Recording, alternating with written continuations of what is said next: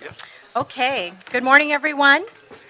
This is the meeting of the Information Technology and General Services Committee for Tuesday, June 19th, and I want to thank my colleagues, Councilmember Mitch O'Farrell and Councilmember Blumenfield for joining us this morning. We have quite a few busy items here this morning, and I'd like to first start off with any general public comment cards. And any multiple speaker. So we have, what do we have here?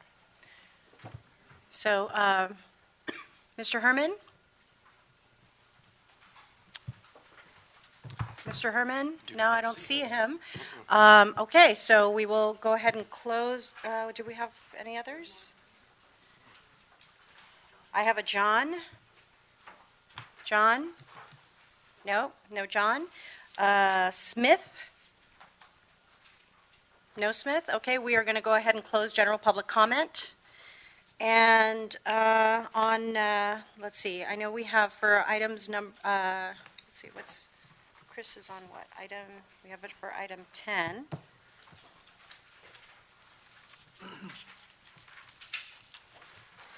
So we'll go ahead and call up we have for item number 10? We have a speaker card? Would you like to call the multiple first? We do have Herman on the multiple items. Okay. Mr. Herman? Nope, he's not here. Okay, So I'll close that. I'll close that. So we have one speaker for item number 10, correct? Okay, so that is, where are we? You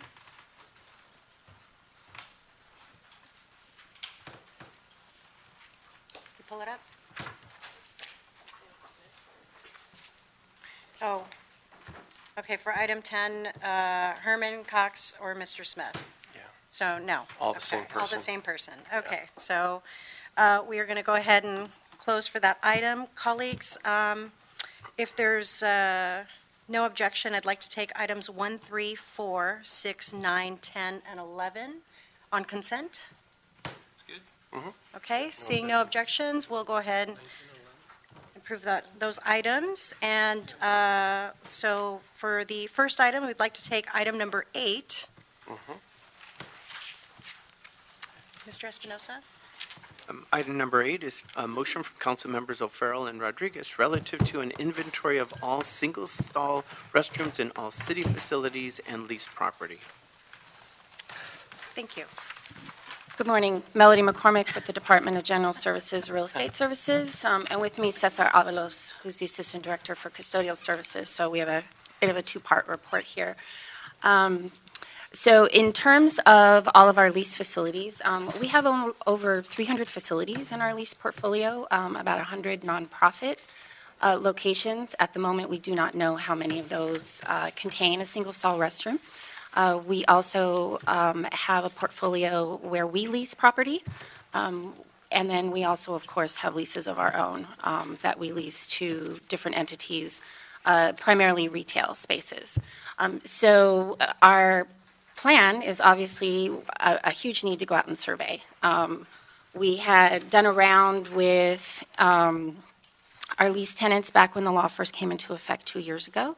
Everyone is aware that the law exists, and so hopefully that conversion has taken place, but obviously we're not going to know for sure until we go out and survey. That's a pretty massive effort, so we're suggesting that we're going to be doing that for our lease portfolio over the next 60 to 90 days. We believe that that'll give us time to get the letters out to everyone and then circle back with confirmation and specifically site visits if necessary.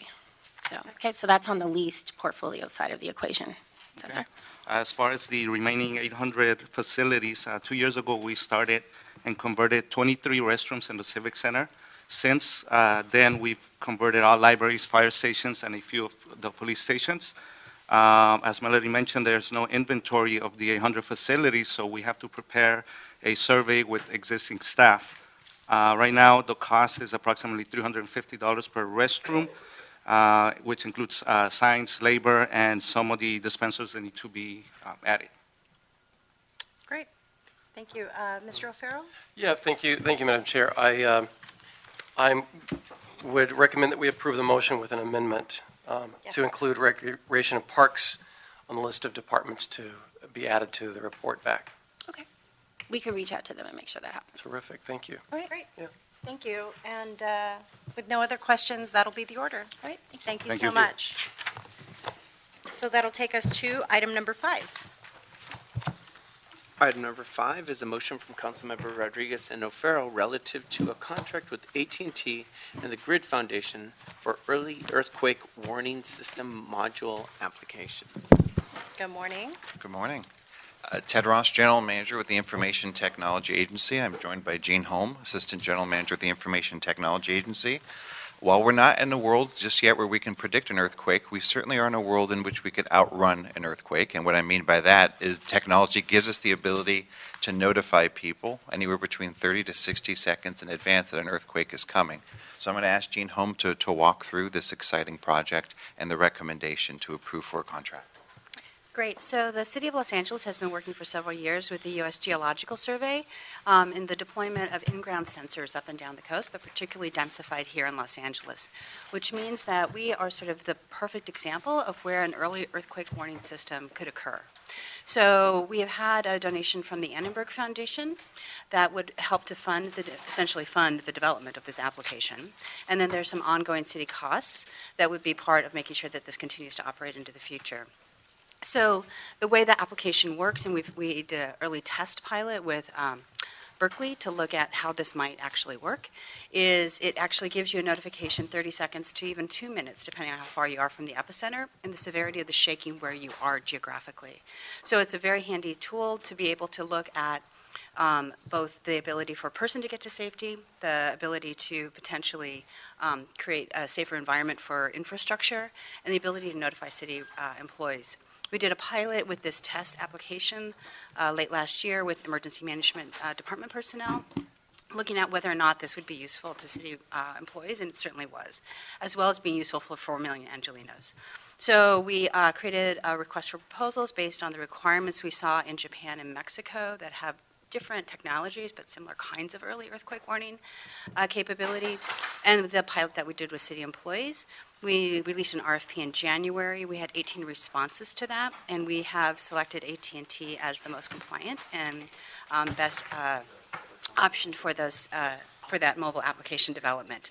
What it will actually do is create a mobile app. Excuse me 1 second. Mr. Herman, can you please keep it down? We're in the middle of a presentation. Speaking loud. What's your problem? Mr. Herman? Monica?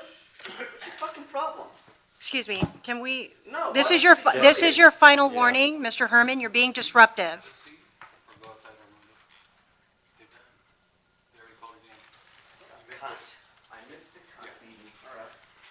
So Thank you. this Continue. mobile application would provide both a mobile app you could download on the Apple and Android platforms. It also provides a SMS notification service. So if you're not currently open with the mobile app or have an issue, you would still get a notification.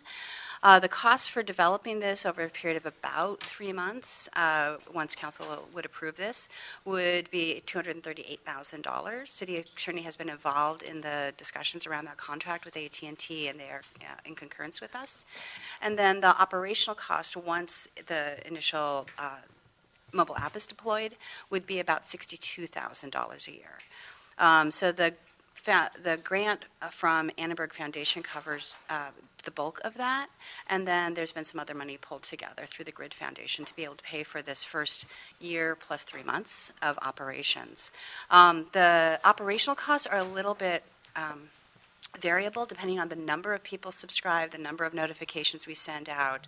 Notifications are relatively cheap in the Amazon Web Services, which is where we would host this, so that it's highly resilient. But that we kind of have erred on the high side of what we think the number of notifications would be. So $62,000 in out years is what we would expect that amount to be. Terrific. And I think you actually covered a couple of the questions that I had in your presentation, so thank you.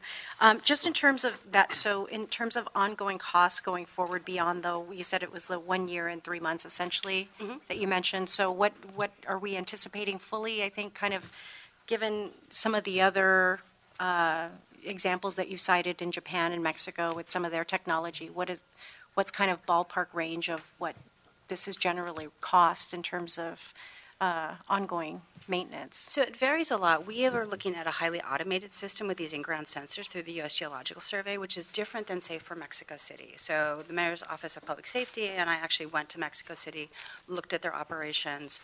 They have a more hands-on operation that uses sort of sensor data from wave height, because part of their earthquake faults are actually just off the shore. And so for them, they have a whole operations center that manages these messaging systems. We've chosen to do a highly automated way because we have the advantage of having the in-ground sensors from USGS.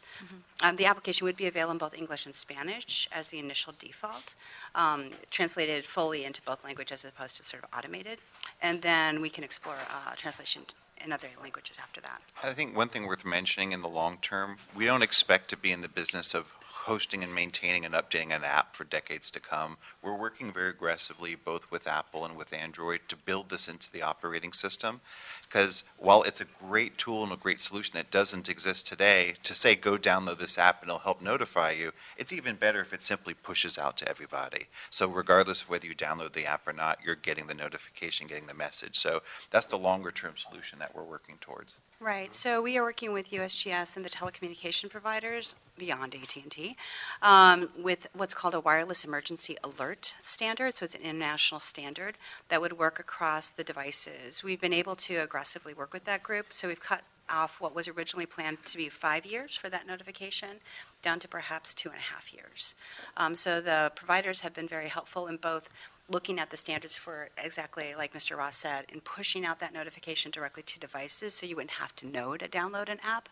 But in this interim, until that standard is fully adopted and everybody has the newer devices, that we think that the mobile app is a very important public safety aspect to make sure we can reach as many people as possible. It also allows us to greatly reduce our costs going forward. So years out, we wouldn't have to go ahead and support and maintain a special app. And sorry, Councilmember, just to answer the actual question. We're excited about this, as you can very tell. excited. Is that we expect that the outgoing costs are $62,000 a year. So we've included in the AT&T contract some number of upgrades that would be necessary as operating systems change over the years. But certainly we feel pretty confident about that number for at least the foreseeable 2 years or so. Okay. Mr. O'Farrell, did you have any? Just one question. First of all, let me say that I've never outrun an earthquake. But I'm looking forward to the day that I can. And I hope to have a 2-minute warning, by the way. Question in terms of after the 12-month contract with AT&T, will there be another procurement requirement? So we expect that, so in the basic contract we have the operations costs embedded as well. So at this point, post the 3 months, it then becomes sort of the ability to maintain it for 3 years. So we wouldn't expect to see any additional cost to the city until 2020. So by the time it runs out, I don't know. Depending on when the international standards go, we hope that this actually just sort of dovetails into the end of this contract and the adoption of those standards. Okay, thanks. Mr. Bloomfield. Just a couple comments and a question. This is great. I mean, it's fabulous that we're doing this, and obviously it's leveraging.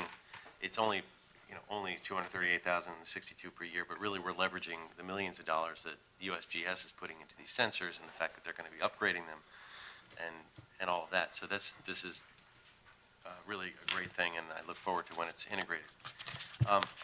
My one question is why GRID as the financial entity, the GRID Foundation? It's not really anything to do with gangs, but Yeah, they were. It was. I actually don't know the answer to that question. So, Mayor's Office of Public Safety helped to make that connection. Yeah, our understanding is it comes down to the way the foundations interact, because it's a donation from Annenberg from a foundation to another foundation, and ITA doesn't have a foundation to receive it. That's our understanding to it, but we would need to involve someone from the mayor's office to help better explain that for us. yeah, no, it's fine. I don't care one way or the other. I'm just curious why we wouldn't have done it as a. GRID's a cool name. It's a cool acronym. Yeah, Maybe that well, helps. nothing to do with gangs, but we could accept it as a city. They still get the same tax issues. Maybe it's just arbitrary. I don't know. But if there was a particular reason, I'd be curious. Do you need me to? Not so much in terms of why that there's something better to do, but just to help understand how things work around here, and then that can guide things in the future why we use one fiscal agent versus another. So I'm curious about that, but I don't need the answer to be excited about the program. Fair enough. Great. Well, without any objections, then we will go ahead and approve the recommendations in the motion, and thank you very much for your presentation. Thanks. Great, thank you Look so much. forward to the product. So I actually missed, there were two comment cards on item number 3, which was adopted on consent. So Mr. Rivas and Miss Diane Medina. Oh, hi. So we just got another card. So I think we have to reopen for reconsideration. So if we can open that item back up for reconsideration, item number 3. So Mr. Rivas, you're welcome to speak and. No, we're good. Ms. Medina? Yes, I would like to say something. Okay, please.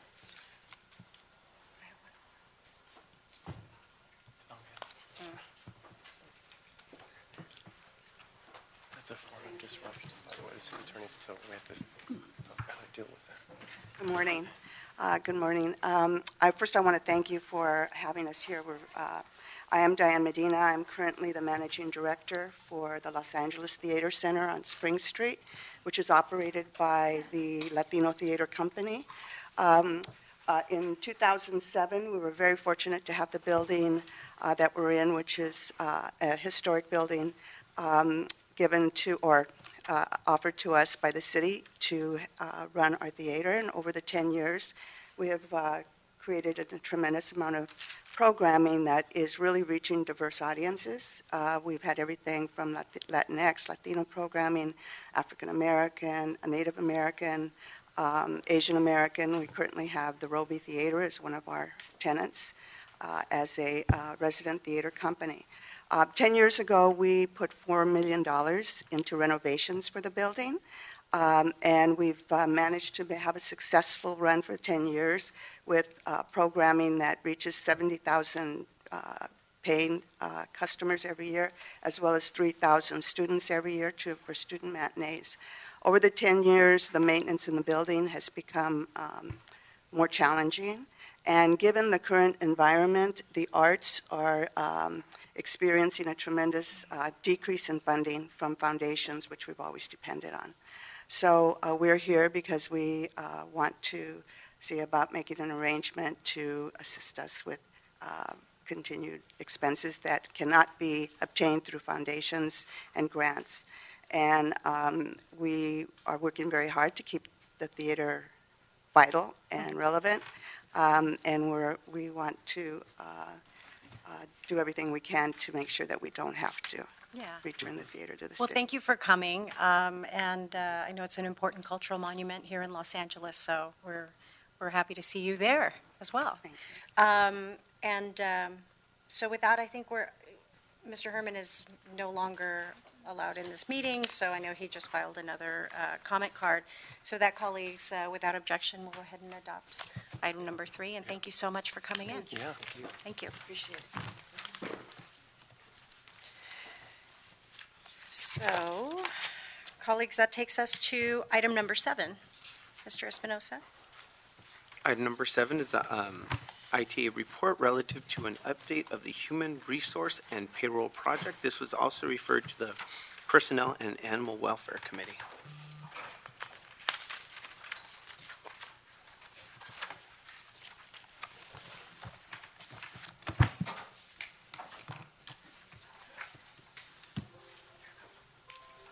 Hi, good morning. Hello again. Hello again. Ted Ross, General Manager with the Information Technology Agency, joined by Georgia Matera, Chief Deputy Controller with the Controller's Office, as well as Bill Weeks with Personnel Department Assistant General Manager. I'll be quick, but last year in spring, the city embarked on a journey to replace our aging, risky payroll system with a sustainable, updated system. To those who were involved, we know that this was a journey that was years overdue. We've had a coalition of the Controller's Office, Personnel Department, ITA, CAO, city departments, and KPMG, and over the last year we've made great progress. We've conducted over 40 workshops and focus groups with over 700 attendees to establish the city's needs, wants, and trouble areas for a new system. We've compiled 1,600 requirements across 14 categories, and it forms the basis of a new request for proposal. It's an RFP that'll give us first the ability to replace our urgently needed payroll system replacement, and second, to establish a platform that we could build upon in the future. A critical part of this RFP process, as identified in the report, is the RFP Evaluation Committee. We'll have the Controller's Office, personnel, ITA, CAO employee relations, as well as Department of Transportation and Department of Sanitation. The proposals will be reviewed on a 3-tier process that we describe in the report, so that we can make sure that we have Tier 1 to ensure the administrative and the experience requirements, a Tier 2 for those who pass Tier 1 to ensure that we have the solution capability, the cost, and the risk, and evaluate based on that. And finally, shortlisted vendors will have a Tier 3 in which they'll demonstrate the solution, they'll demonstrate the team that would be implementing, and they would also be given a set of scenarios that we would provide to show their ability to be able to handle complex payroll that is run through the city of Los Angeles. Our evaluation criteria is summarized in the report. The project duration, schedule, and cost is a little bit tricky because we're pre-RFP. There's a wide range of solutions. The traditional rule of thumb for a project this size is around 18 to 24 months. However, we know the market has a range of solutions in which some would propose a 9-month implementation up to the 2 years. Some vendors propose that you start at the beginning of a new calendar year because payroll really starts in a January timeframe, while others say you can do it mid-year. That also impacts the duration of a project like this. We feel it's important not to preclude one solution over another, and we want the bidders to be able to make their proposal. The one-time implementation cost of this phase of the project is estimated by KPMG to be $10 to $15 million, but of course, it's assuming the types of vendors that would be proposing. The issues and risks we summarized in our report. Certainly a project of this magnitude and this type of system has its risks. We feel very confident that if we continue to work in partnership and we have good department engagement, and if this project is funded appropriately, both from the vendor side as well as from the staffing side, that we can certainly be very successful. Other organizations have done this successfully, and we feel we can do this successfully. Our recommendation is for the committee to, of course, answer any questions that you have, but to move this item to council to be noted and filed. We're open for any questions you might have. Thank you so much. I know this is something, and I know our CAOs here in the audience too, and I know everyone is very excited about getting this project moving. It is absolutely long overdue, and I want to thank everybody that was involved, from the controllers, just all the parties that were involved to help get it this far. And I want to thank ITA, particularly because I think one of the things that I've commented about you, Ted, before is that you've helped to engender the trust for us to make these kinds of investments going forward in the city to help utilize technology in a more efficient manner, so that we could actually have this world-class government agency that's able to make sure that we're meeting our payroll needs, one of our basic fundamental functions here for all of the employees in the city. And I want to thank you for providing the leadership to help accelerate getting this RFP ready so quickly after budget. I know this is an important process for us to go through.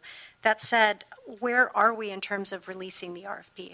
What's our timeline looking like? So we were instructed to hold until this proceeded through council. We've already drafted the RFP and the exhibits. We had a walkthrough with personnel and controller's offices last week. We're bundling in their comments and we're providing that to them this week. And we already have basically drafted RFP and all its exhibits. And we're simply going through our review process, taking in any final input from our core stakeholders, and we'll be ready to release once this gets to council at the appropriate time. So I suspect, given the initial allocation of funds that have been provided for this, that have been allocated for this, it's all really dependent upon what the response is back to determine how much bang we get for our buck for this initial installment? Correct. Yeah, it's always a tricky one. I'm always asked, Ted, how much will it cost and Right. how long will it take? But when it comes to HR payroll, there's a whole broad set of solutions out there. It used to be that there was a very limited set. You had these kinds of vendors and these types of products. But so much has changed, and we hear our elected officials, we hear our council members who say, let's not always do things the old-fashioned way. So this RFP is going to be an evaluation of new school products, traditional products, whatever product that will come in there, and then we're going to weigh it very heavily against our criteria. We want to be cost-effective, yes, but it has to meet the needs of our city departments. They have to be able to effectively process payroll and be able to eliminate some of those systems that we have out there, as well as it needs to be something that minimizes risk. We are very accustomed to payroll working. That is something we would like to be accustomed to. And as we replace this system, we need to ensure that we do not jeopardize the trust with our employees in any way, shape, or form. So we want to minimize risk, and we know that there's some very effective solutions out there, and we're willing to see them get bid to, and we're more than willing to cut our teeth on it and begin the start of the project.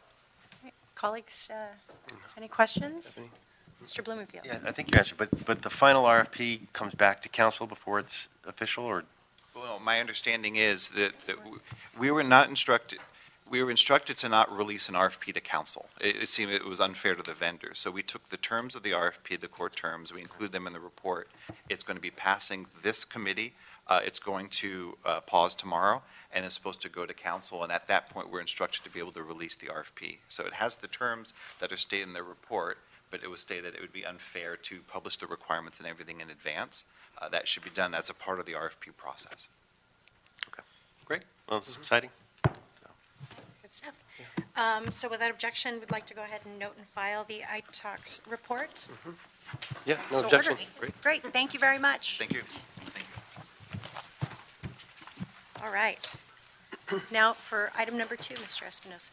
Item number 2 is a city administrative officer report relative to the demolition of the Parker Center facility located at 150 North Los Angeles Street and the use of a public-private partnership. This was also referred to the Personnel and Animal Welfare Committee and the Budget and Finance Committee.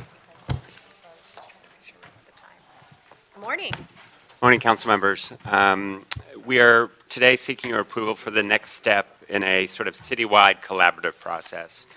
In March of 2015, on a motion from Councilmember Weezer, the council member of this area, he instructed city staff to prepare a comprehensive master plan for the Civic Center. We all live here too many hours a day, and we see it needs a facelift. And it is connected to parts of town that are just exploding. It's an opportunity for the city to sort of take advantage of this valuable real estate and to do something for our employees. In March of 2017, your council approved the broad master plan and specifically approved the first phase, which is the replacement of the Parker Center building. You approved the final EIR, and you approved an office tower for that building, a new office tower with over 1,100 parking spaces. The reasons were manage our city assets. We have people in city buildings, some leased, some owned, all over downtown.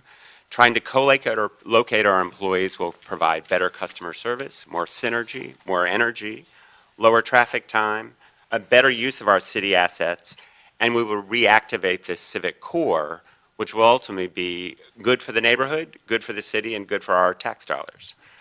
So for the past year since your council acted, we've had a working group particularly with the Bureau of Engineers, our sort of captain, the CAO, the CLA, GSD, planning, ITA, the city attorney, the council offices, about sort of how to take the next step. So today, the Municipal Facilities Committee is recommending that you proceed with the office building by the sort of first time in a big project, the general fund would be proceeding with a P3 construction method. Design, build, finance, operate, and maintain, DBFOM. We're also asking you to instruct BOE to proceed through the contracting process for that towards a P3 partner and to approve the necessary staff for that methodology. We're not seeking additional budget authority at this time. The necessary staff and the budget authority was approved as part of the budget contingent on the project being approved. We are recommending the P3 method for a bunch of reasons. We believe it's faster. The city doesn't start paying until the building is complete. You will get to a clear final price quicker and more cheaply. Most of the money on coming to a final price is on the bidders. developing their bids, coming up and with a guaranteed maximum price, as opposed to us hiring consultants, us hiring architects, us hiring engineers, and spending tens of millions in soft costs before we can put the project out to bid. Our P3 partner will maintain the building for 30 years and must return the building to us at an 80-85% residual value. We will have a new building in 30 years. We are putting the construction market risk, which we all know is extraordinary right now, and the maintenance risk on the P3 partner. So we are, in a sense, buying insurance through this project. It also frees up our debt capacity. While we are committing to a long-term payment, the financial markets do not consider it debt. It isn't treated as debt. It's really a contract with us and the P3 partner. So we intend to pay it, for anyone listening. As your CAO, we will pay our debts, but bond indebtedness has a sort of a different weight on our financial statements that the P3 does not. One final note before we let you hear from Gary and answer your questions. We are not at this time deciding which employees we're moving in. That will come back to the council. We are blessed with too many employees in the Greater Civic Center. Some in buildings we own, like the Public Works building. Some in buildings we lease, like the Garland lease, where the housing department is, just west of downtown. We will try to maximize sort of synergy for employees and kind of asset management financial choices in deciding which tenants to move in.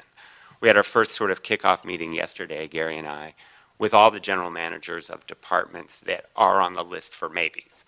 Some people don't like to move. Change. Nobody likes change. Some people can't wait to get in a new building. But it's the beginning of the sort of the next phase of the detailed process for trying to figure out exactly how many seats Gary Moore needs at Building Bureau of Engineering, what kind of seats, which positions are actually filled, which can be sort of shared space, which cannot. So we can come up with a reasonable sort of building development that works both for the employees, ultimately to make the Civic Center and help it explode, and actually works financially. So, Gary, and we're happy to answer any questions. Good morning, Gary Lee Moore, City Engineer. Rich hit all the high points, and I just want to say that we're excited by this new delivery method opportunity if you choose to go forward with it, in that we don't do major buildings like this, it seems like once every 10 years. And I think it's a real opportunity, as Rich articulated, to manage our risk, and especially in these times, we talk about steel tariffs. Well, someone does. Yes. And how that might... I thought we talked about them on the other side. Yeah. And how that might impact in such a major building and so forth is getting these costs and knowing them in a much earlier stage. So I'll leave it to you for any questions you might have. Thank you, and thank you both for, Rich, I think you just laid it out very succinctly, so thank you for your presentation. I do want to open it up for questions, but I apologize, I missed, we do have a couple of public speaker cards that I do want to go ahead and invite up at this time. We have Nate Hayward. Good morning. Good morning. Nate Hayward with Council District 14, Councilmember Huizar's office. First of all, we really want to say thank you to the city departments and team who did this. This has really been a team effort. I think it's been amazing to see everybody just come together around one goal to make our Civic Center better. And this is the first step in delivering the Civic Center master plan. The first thing it will do is provide many efficiencies to be able to consolidate staff so we can better use our assets. Secondly, it will allow us to no longer turn our back on Little Tokyo, which a quarter of Little Tokyo was eminent domained right after the internments in order to build the Civic Center. And thirdly, it will allow us to revitalize our Civic Center. This is the first step, and it will allow us to add over 1 million square feet of housing through the process, which is sorely needed in this city. So we're very, very excited. We hope that you will adopt this report and move forward, and thank you for your consideration. Thank you so much. Chris Kamai.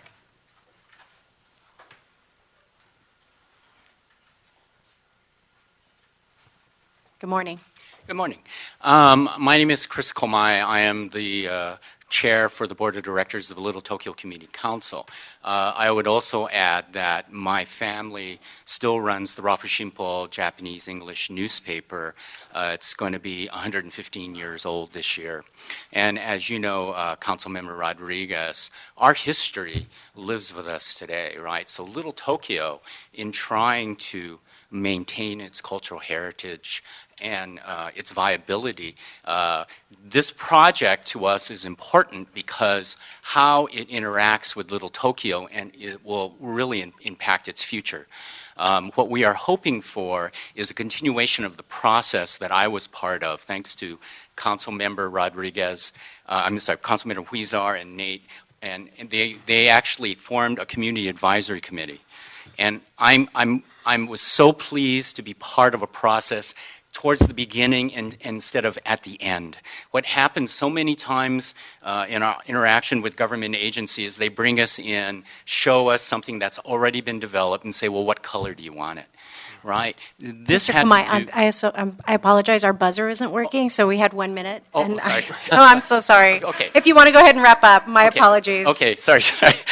I didn't realize. Okay, so what I wanted to say is, having been part of that community advisory committee, I really think it was a great thing so that the Civic Center actually serves the needs of our entire communities here, especially for us in Little Tokyo. And we ask that you continue including us in the process all along the way. And hopefully this will be a good partnership going forward. Thank you so much. Kristen Fukushima. Good morning. Good morning. Hello, council members. I realize the item is technically about the financial model. I did read the report, but I don't have an opinion on that. I support whatever the city thinks is best. I'm mostly here on behalf of the Little Tokyo Community Council to say that we do support the project that the city is moving forward with.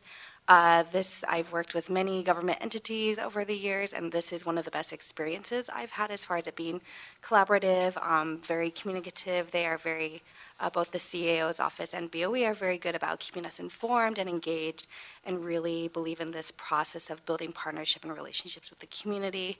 And truly this is, I don't exaggerate, the best experience I've had with working with folks from the public sector, and so we are excited to see this project continue.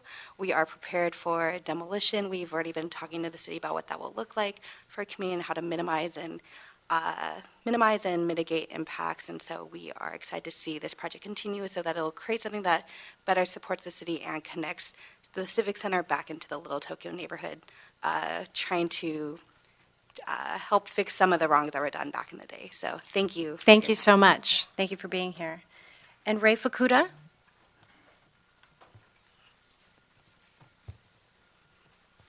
Good morning. Good morning. Good morning, council members. My name is Ray Fukuda. I'm with the Little Tokyo Service Center.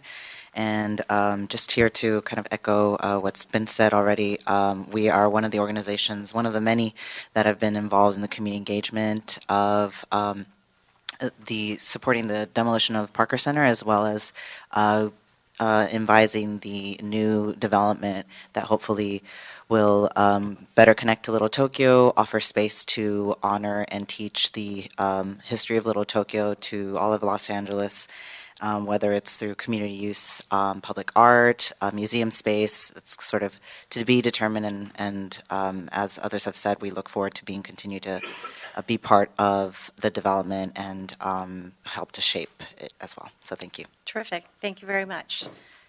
So with that, we've heard all the public comment cards. Thank you all for being here this morning. And I'd like to invite back our CAO and our city engineer for any additional questions that the committee might have. So I'll go ahead and actually, Mr. O'Farrell, if you had any questions. Thank you, Madam Chair. First of all, let me just say how strongly I support the Civic Center Master Plan and the process, which you've heard some of the speakers who have participated in the process, how it's been a great one, and that's so important. I also want to commend the Bureau of Engineering for this, because a lot of work went into it. And during that time when I chaired the Facilities Committee for a while, we heard all of the reports in committee, and so I know this has been a very thorough, comprehensive process, and it's exciting. So I look forward to seeing this, come to fruition. A couple of questions, though, in relation to the whole P3 model. Once the city does start paying, what source of funds do we imagine will be utilized for those payments? I think it will be up to sort of annual budgeting, but I believe it will be largely general fund. Mm-hmm. Okay. And how does this not affect the city's debt limit? Is there an answer to that? I think the short answer is the financial markets treat it differently. Mm-hmm. Many infrastructure projects are moving to this P3 model, where there is a contract to pay a set amount each year, like debt service would be, but it isn't counted as debt. It's noted in your footnotes, but the financial legally it's different than sort of indebtedness. And the financial world is not yet treating it as as fixed as debt somehow. It's whether the marketplace, the Moody's and Standard & Poor's and your ratings will change at some point. It hasn't really yet.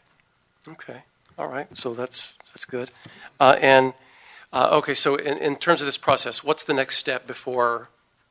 I guess it has to go through the other committees before it comes to council. So we're asking your approval of the Municipal Facilities Committee report, which, if it gets through council, will authorize the staffing and money for the P3 procurement process has been authorized in the budget, but contingent on your action on this. And then it would be directing the city engineer, working with the same working group, to start the P3 procurement process, which normally is a two-phase, a long list of bidders express interest. A finalist list is selected, like just happened with LAX in their P3 project. And then 3 to 4, max, will do the elaborate bidding process they have to go through, which on the private sector is millions per bid, to get it down to a final number that they can defend for sort of their 30-year balance sheet. So we're requesting your authorization to approve the procurement method. This money and staffing is already there through the budget process if you approve it, and to direct Gary to hit the road. This is a very exciting endeavor, and in terms of the P3 model, I don't know of too many other cities that are moving forward in this ambitious of a way. But I also, at the same time, think with today's financial realities and budgetary realities, if we want really, I think, robust capital projects, I don't see any other way to do something like this. So it's kind of uncharted territory, but it sounds like it holds a lot of promise to me. Yeah. Thank you. Yeah. Thank you, Mr. O'Farrell.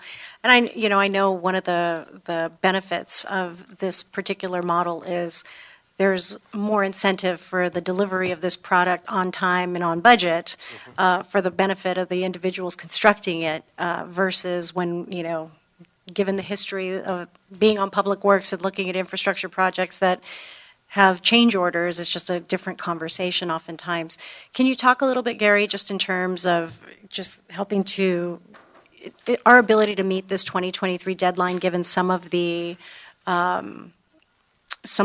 leases that are going to be expiring, what our confidence is in terms of making that date hold true? Well, I think two main reasons is one, with the P3 model and the DBFOM, you have take advantage of a consolidated team of this private sector. One person is going to design it and manage the construction. And the key, as Mr. Llewellyn commented on, is that we have the ability to put in a contract, and it's our intent is that we wouldn't make payments until the project's completed. So its real incentive is that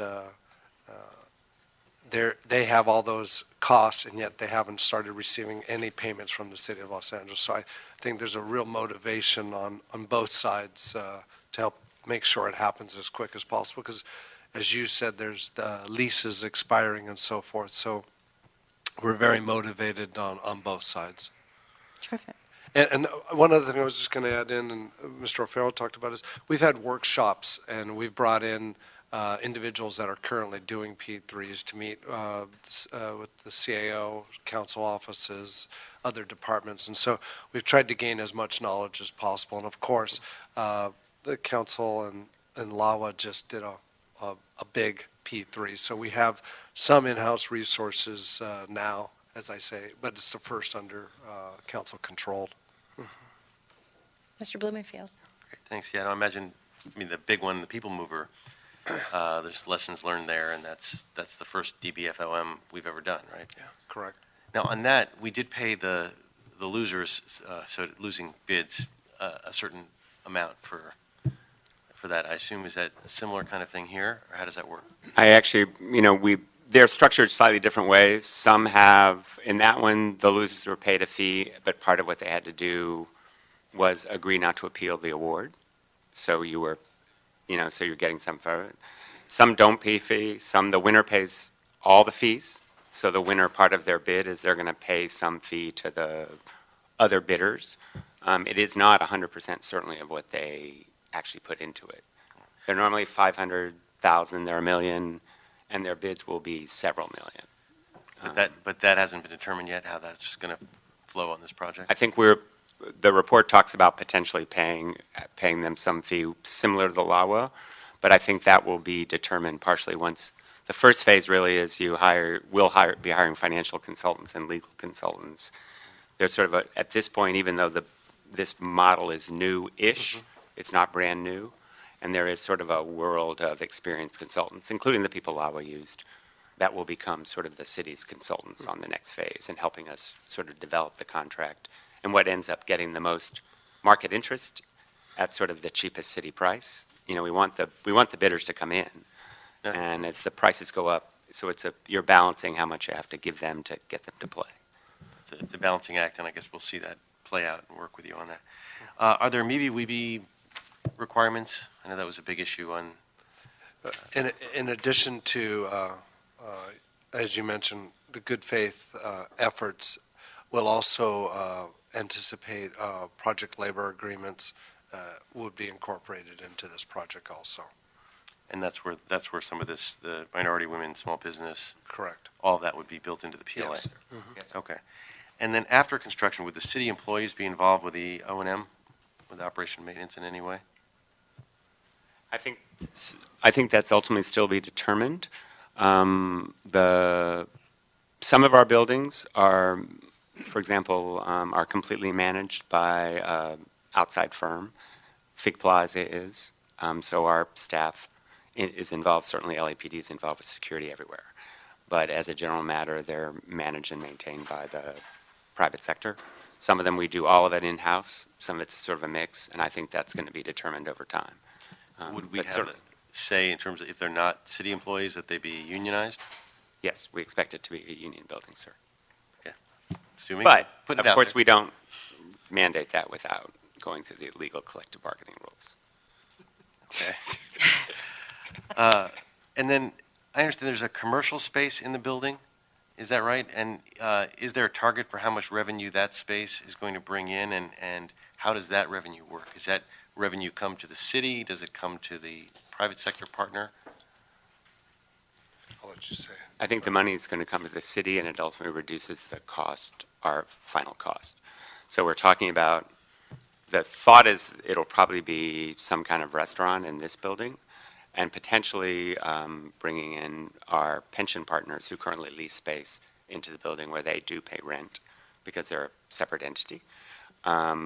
But yesterday, the general manager was saying maybe we should think about a gym instead, which the Little Tokyo community has talked about. I don't know that we'd run it ourselves. You'd sort of we'd value sort of what was the best commercial sort of tenant in that process. But the funding from that would come to the city, and then obviously that helps us offset all of our costs. Correct. It's not an offset against the building directly. It's not used to pay the O&M. It's money that the city. It just comes to the city to help ultimately reduce the ultimate cost of the project. So if we sell buildings, that will obviously reduce the cost of the project. If we cancel leases, it's all fungible money, Right. but the money will not go to the owner, it'll go to the city. Okay. Great. Thank you. Thank you. Seeing no other questions, I'd like to recommend the approval of the MSC report. Without objection, that'll be adopted. Thank you very much. Thank you, council members. Thank you. Mr. Espinosa, have we cleared the desk? Yes. This meeting is adjourned. Thank you. Good job. It's 10 till. Perfect. Thank you, guys. Thank you for being on time.